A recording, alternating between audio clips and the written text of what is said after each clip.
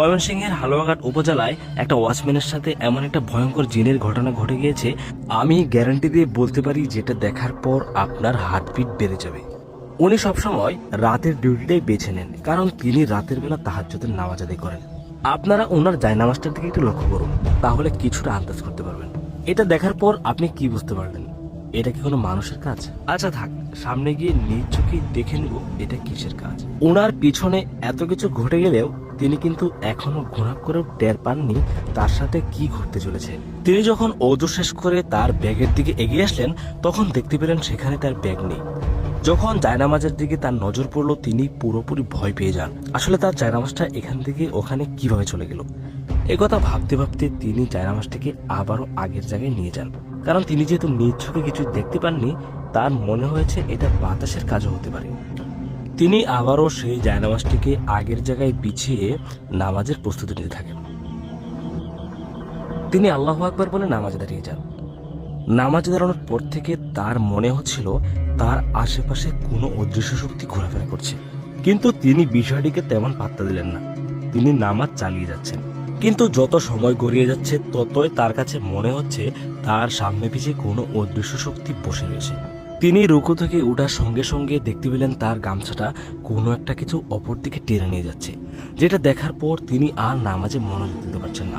এই কথা বলতে না বলতেই তার জুতাগুলো কিভাবে নিচে থেকে হাঁটছে, মনে হচ্ছে কোনো একটা অদৃশ্য শক্তি তার জুতাগুলো পায়ে দিয়ে এদিক সেদিক ঘোরাফেরা করছে। তিনি বিষয়টা দেখার পর এতটাই ভয় পেয়ে যান, তিনি আর নামাজে মনোযোগ দিতে পারছেন না। আসলে ঘটনাস্থলে সিসি ক্যামেরা না থাকলে আমরা হয়তোবা এমন একটা বাস্তব ভয়ঙ্কর জিনের ঘটনা কখনোই দেখতে পেতাম না। আসলে আমরা যতটুকু বুঝতে পেরেছি, তিনি যদি এইগুলোতে ভয় না পেয়ে নামাজ কন্টিনিউ করে যেতেন, তাহলে হয়তোবা আল্লাহ তাআলার পক্ষ থেকে তার জন্য সাহায্য আসতো।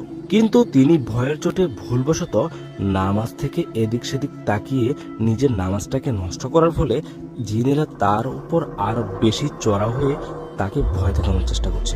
আসলে মানুষ যত বেশি জিনদেরকে ভয় পায়, তারা তত বেশি মানুষকে ভয় দেখাতে মজা পায়।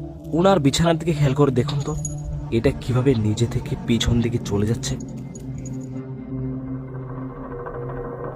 আপনার মনে হতে পারে এই ব্রাঞ্চের পিছন থেকে কোনো একজন মানুষ এটাকে বসে বসে টানছে, কিন্তু না, আসলে এটা জিনের কাজ। আপনি বিশ্বাস করেন বা না করেন, এটা মূলত জিনেরই কাজ। এবার উনার অজু করার জন্য যে মগটা ছিল সেটার দিকে লক্ষ্য করে দেখুন, সেটা কিভাবে শূন্যে ভাসছে। এটা কি আসলে মানুষের কাছে হতে পারে? উনি যখন দেখতে পেলেন এটা শূন্যে ভেসে উঠছে, তখন তিনি ভয়ে থ মেরে যান। এক দৃষ্টিতে সেদিকে তাকিয়ে থাকেন। তিনি বোঝার চেষ্টা করছেন আসলে এটা কিভাবে শূন্যে ভেসে উঠছে। তিনি ছাড়া যেহেতু আর কেউ সেখানে নেই, তাহলে এগুলো কিভাবে করতে পারে? এই কথা ভাবতে ভাবতে তিনি যখন বুঝতে পারলেন এগুলো অবশ্যই কোনো দুষ্ট জিনের কাজ, তখন তিনি দৌড়ে সেখান থেকে পালিয়ে গেলেন।